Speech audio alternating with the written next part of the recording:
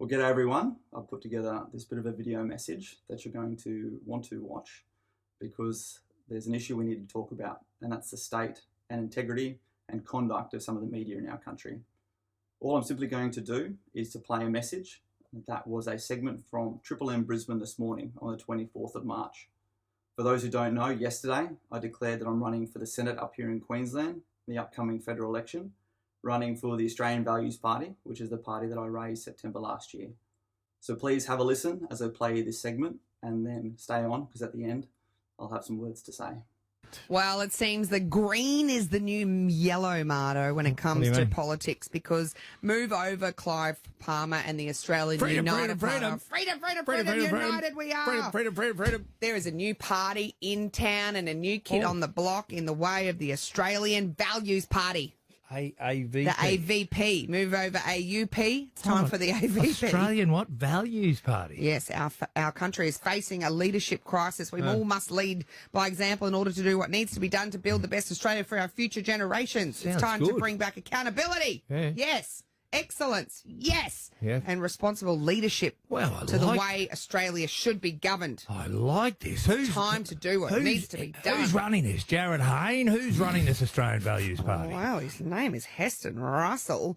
Look out, ladies. He is he's a hottie. Is he the new bachelor? What's he from? He is a former, now I wrote it down because I didn't want to get it wrong. Yeah. A former major and commander in the military and had a platoon in Afghanistan. He's on TV, yes, I know who he is. He's a former soldier, Values. pretty high value soldier, and he does a lot of money fundraising for veterans, for those who have come back, suffering mental health, physical health, Mardo. He's a man of the people. That's what I like. He's also a man of OnlyFans. Because, you know, when you come out as a politician, you got to do a little bit of digging. Hold on. Turns out Heston Russell, ladies, has an OnlyFans account. What does he do on that? Well, he was selling photos of himself. What, just with no shirt on? No shirt on, with in his guns? Like he's the modern Poot. He's on his Poot. He's Australian just wrestling bears and stuff. Unfortunately, his use of the website, OnlyFans, he didn't hand over all the money that he promised to the charity, which he was doing the photos for in honour of. It was Is that bad values? It was a veteran-led mental health charity, and he had promised that all the proceeds from his OnlyFans account would be going to the charity, but it looks like he maybe pocketed a little bit of it. Can I just check? Is Clive Palmer on OnlyFans? Wouldn't that I'm go sure on? there's a market for it, Mardo. Everyone's got a fetish. Research I'm happy not So to do. 9:05. This is Triple M. So there you go. Quite the joke for them. Now look, I have some pretty thick skin and I've addressed this on a number of occasions. And what I'll do is I'll actually share some links to the YouTube videos that I've made fully explaining this last year. As again, most of you knew when this first came out, I've been talking about it and addressing it. And what I'm not going to do is to sit here and accept exactly what you just heard. A bunch of people on the radio who like to proclaim that they've done enough research to dig up this dirt on me, yet carry on about my physical appearance and being attractive to the ladies, to have not even done enough research to realise that I'm openly gay. If that doesn't say enough about the integrity and quality of their reporting, I mean, you heard it there yourself. As you would have also heard them carrying on as if the OnlyFans account was still in existence, whereas it was actually closed down in April 2020. What I do take offence to is being referred to and compared to Putin. And I tell you what, there's a lot of things that will bounce off my skin, but if you want to talk about my military career and talk about my status as a veteran, that included 4 deployments to Afghanistan, 1 to Iraq, 1 to East Timor, and many other operations in between. What you're not going to do is to compare me to the current president of Russia, who's invading and committing all sorts of atrocities in Ukraine. You're not going to compare me to Jared Hayne, a convicted sex offender. You're not going to look to call out me and my values without even having a single conversation with myself. Just last year, when I provided the live recorded address at the Currumbin RSL and spoke with the Triple M team down there, and I know that's Triple M Gold Coast, we had a great conversation talking about all the activities that I've engaged with in supporting veterans' mental health.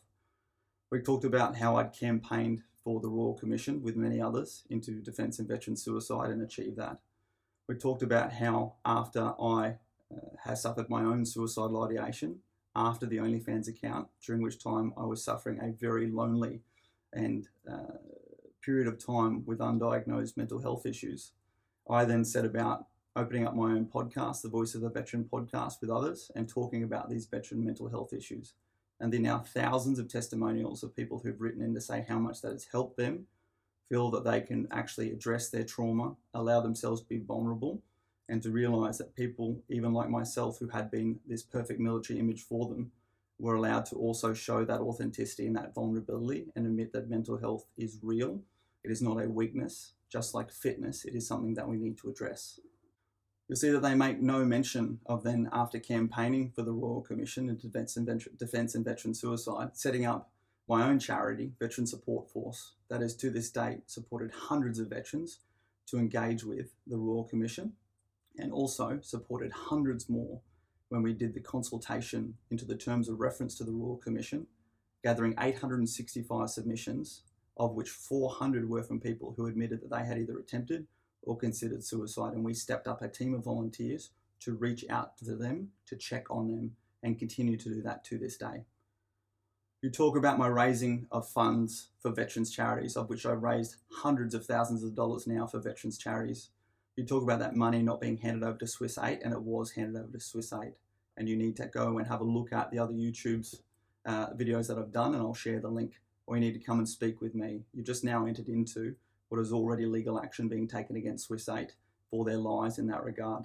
I'm all about freedom of speech, but you need to be responsible for that speech. And I refuse to accept that we're going to allow free Australians, let alone the fact that I am a veteran, I have been overseas, and I hate resting on anything to do with my history, and I'm not resting on my laurels, but I'm not going to stand for you referring to me and comparing me to Vladimir Putin.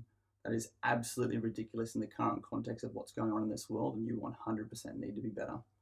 So look, you're doing your job, you're trying to get your ratings, but you've gone too far. And I'm going to call on you to have a good conversation tomorrow to clear this up. I'm even going to send through these YouTube links so you can actually watch them within the 5 to 10 minutes that you clearly spent researching that story before going to air and insulting me and the Australian Values Party. And I look forward to clearing this up and seeing that you have the fortitude to do so.